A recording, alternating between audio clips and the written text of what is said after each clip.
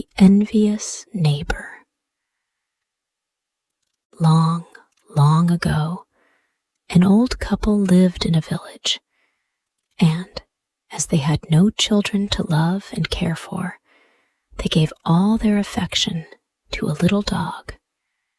He was a pretty little creature, and instead of growing spoiled and disagreeable at not getting everything he wanted, as even children will do sometimes, the dog was grateful to them for their kindness and never left their side, whether they were in the house or out of it. One day, the old man was working in his garden with his dog, as usual, close by. The morning was hot, and at last he put down his spade and wiped his wet forehead, noticing, as he did so, that the animal was snuffling and scratching at a spot a little way off.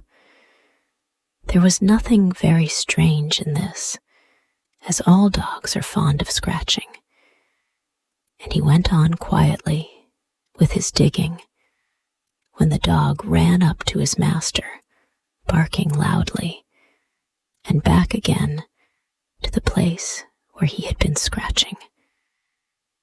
This he did several times, till the old man wondered what could be the matter, and picking up the spade, followed where the dog led him. The dog was so delighted at his success that he jumped round, barking loudly, till the noise brought the old woman out of the house. Curious to know if the dog had really found anything, the husband began to dig, and very soon the spade struck against something. He stooped down and pulled out a large box, filled quite full with shining gold pieces. The box was so heavy that the old woman had to help to carry it home, and you may guess what a supper the dog had that night. Now that he had made them rich, they gave him every day all that a dog likes best to eat, and the cushions on which he lay were fit for a prince. The story of the dog and his treasure soon became known, and a neighbor whose garden was next, the old peoples grew so envious of their good luck that he could neither eat nor sleep. As the dog had discovered a treasure once, this foolish man thought he must be able to discover one always, and begged the old couple to lend him their pet for a little while, so that he might be made rich also. "How can you ask such a thing?" answered the old man indignantly. "You know how much we love him, and that he is never out of our sight for 5 minutes." But the envious neighbor would not heed his words, and came daily with the same request, till at last the old people, who could not bear to say no to anyone, promised to lend the dog, just for a night or two. No sooner did the man get hold of the dog than he turned him into the garden, but the dog did nothing but race about, and the man was forced to wait with what patience he could. The next morning, the man opened the house door, and the dog bounded joyfully into the garden, and running up to the foot of a tree, began to scratch wildly. The man called loudly to his wife to bring a spade, and followed the dog, as he longed to catch the first glimpse of the expected treasure. But when he had dug up the ground, what did he find?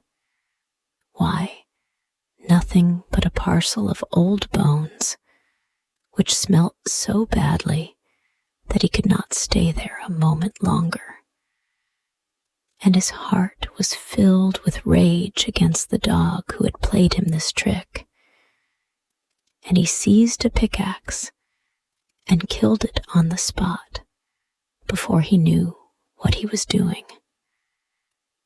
When he remembered that he would have to go with his story to the old man and his wife, he was rather frightened, but there was nothing to be gained by putting it off. So he pulled a very long face and went to his neighbor's garden. "Your dog," said he, pretending to weep, "has suddenly fallen down dead, though I took every care of him and gave him everything he could wish for, and I thought I had better come straight and tell you." Weeping bitterly, the old man went to fetch the body of his favorite and brought it home and buried it under the fig tree where he had found the treasure. From morning till night, he and his wife mourned over their loss, and nothing could comfort them. At length, one night when he was asleep, he dreamt that the dog appeared to him and told him to cut down the fig tree over his grave and out of its wood to make a mortar. But when the old man woke and thought of his dream, he did not feel at all inclined to cut down the tree, which bore well every year, and consulted his wife about it. The woman did not hesitate a moment, and said that after what had happened before, the dog's advice must certainly be obeyed. So the tree was felled, and a beautiful mortar made from it. And when the season came for the rice crop to be gathered, the mortar was taken down from its shelf, and the grains placed in it for pounding, when, lo and behold, in a twinkling of an eye, they all turned into gold pieces. At the sight of all this gold, the hearts of the old people were glad, and once more they blessed their faithful dog. But it was not long before this story also came to the ears of their envious neighbor, and he lost no time in going to the old people and asking if they happened to have a mortar which they could lend him. The old man did not at all like parting with his precious treasure, but he never could say no. So the neighbor went off with the mortar under his arm. The moment he got into his own house, he took a great handful of rice and began to shell off the husks with the help of his wife. But instead of the gold pieces for which they looked, the rice turned into berries with such a horrible smell that they were obliged to run away after smashing the mortar in a rage and setting fire to the bits. The old people next door were naturally very much put out when they learned the fate of their mortar, and were not at all comforted by the explanations and excuses made by their neighbor. But that night, the dog again appeared in a dream to his master, and told him that he must go and collect the ashes of the burnt mortar and bring them home. Then, when he heard that the daimyo, or great lord to whom this part of the country belonged, was expected at the capital, he was to carry the ashes to the high road, through which the procession would have to pass. And as soon as it was in sight, he was to climb up all the cherry trees and sprinkle the ashes on them, and they would soon blossom as they had never blossomed before. This time, the old man did not wait to consult his wife as to whether he was to do what his dog had told him, but directly he got up. He went to his neighbor's house and collected the ashes of the burnt mortar.